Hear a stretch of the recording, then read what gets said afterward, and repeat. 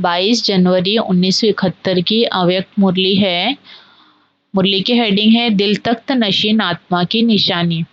दिल तख्त नशीन आत्मा की निशानी। आज इस संगठन को कौन सा संगठन कहेंगे, इस संगठन का क्या नाम देंगे? ये संगठन है ब्रह्मा बाप की भुजाएं। इसलिए इस संगठन को बाप दादा के मददगार वफादार बाप दादा के दिल तख्त नशीन मास्टर सर्वशक्तिवान कहेंगे।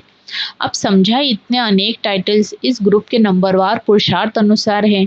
जो दिल के तख्त नशीन होंगे उन्हों की निशानी क्या होती है?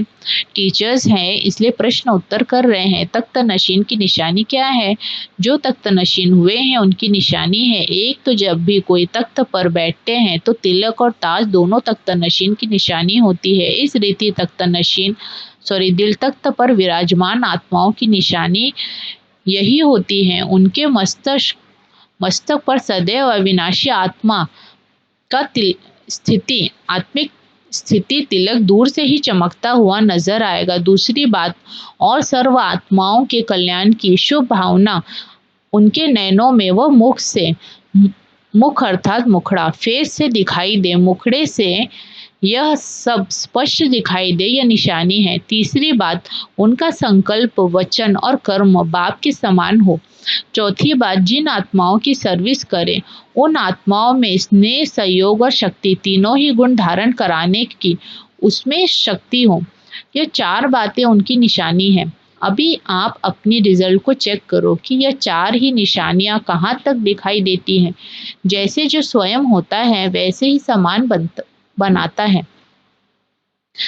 आज टीचर्स संगठन में है इसलिए ये सुना रहे हैं। जिन्हों की आप सेवा करती हो वह कर रही हो, उन्हों में यह सब बातें भरनी चाहिए। अब तक रिजल्ट क्या है? हर एक अपनी रिजल्ट को तो देखते ही है। मेजॉरिटी क्या दिखाई देती है? कोई में स्नेहीपन की विशेषता है, कोई में सहयोगीपन की, लेकिन शक्ति रूप की कमी, शक्ति रूप की धारणा कम है। इसकी निशानी फिर क्या दिखाई देती है मालूम है?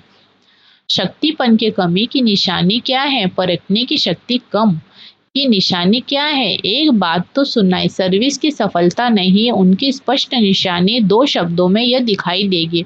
उनका हर बात क्यों, क्या, कैसे, क्वेश्चन मार्क बहुत होगा। ड्रामा का फुल स्टॉप देना उनके लिए बड़ा मुश्किल होगा, इसलिए स्वयं ही क्यों, क्या, कैसे की उलझन में होगा। दूसरी बात, वह कभी भी समीप आत्मा नहीं बना सकेगा। संबंध में लाएंगे लेकिन समीप संबंध में नहीं लाएंगे। समझा? ब्राह्मण कुल की जो मर्यादाएं हैं उन सर्व मर्यादाओं स्वरूप नहीं बना सकेंगे, क्योंकि स्वयं में शक्ति कम होने के कारण औरों में भी इतनी शक्ति नहीं ला सकते जो सर्व मर्यादाओं को पालन कर सके। कोई ना कोई मर्यादा की लकीर उल्लंघन कर देते हैं।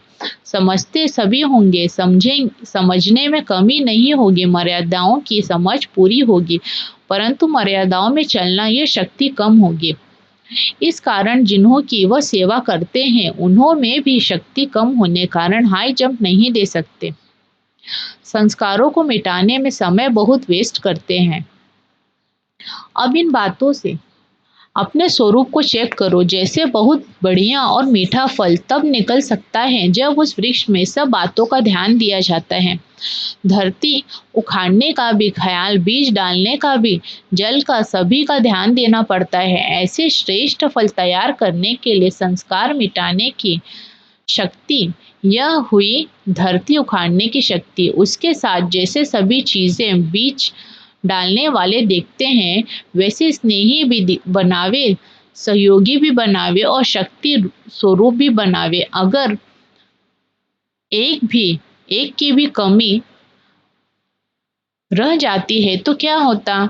जो शुरू में सुनाया कि दिल की तख्त नशीन नहीं बन सकते, इसलिए टीचर्स को यह ध्यान एक एक के ऊपर देना चाहिए। आप लोग जब एम ऑब्जेक्ट सुनाते हो तो क्या सुनाते हो?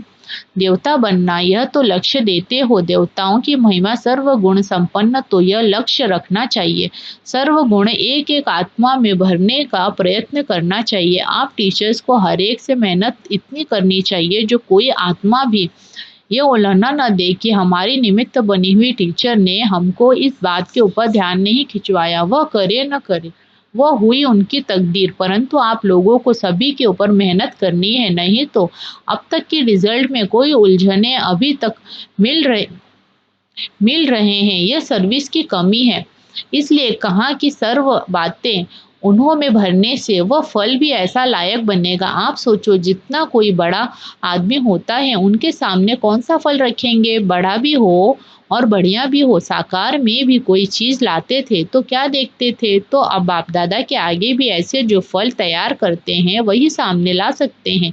इसलिए यह ध्यान रखना है, जितना जो स्वयं जितने गुणों से संपन्न होता है उतना औरों में भी भर सकता है। हर एक रचयिता की सूरत रचना से दिखाई देती है। सर्विस आप लोगों के लिए एक दर्पण है, जिस दर्पण द्वारा अपने अंदर की स्थिति को देख सकते हो। जैसे दर्पण में अपनी सूरत सहज और स्पष्ट दिखाई देती है, ऐसे सर्विस के दर्पण द्वारा अपनी फीचर्स सूरत नहीं, सीरत का सहज स्पष्ट साक्षात्कार होता है। वह है सूरत का आईना, यह है सीरत का आईना। हर एक को अपना साक्षात्कार स्पष्ट होता है।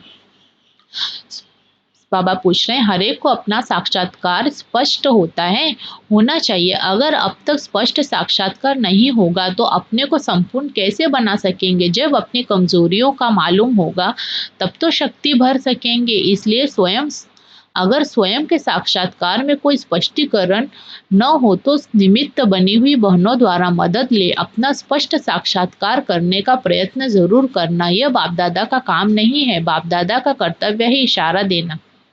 टीचर के फीचर्स कैसे होने चाहिए? टीचर्स को अपने फरिश्तेपन के फीचर्स द्वारा सर्विस करनी चाहिए। टीचर्स द्वारा ये शब्द अब तक नहीं निकलने चाहिए कि यह मेरी नेचर है।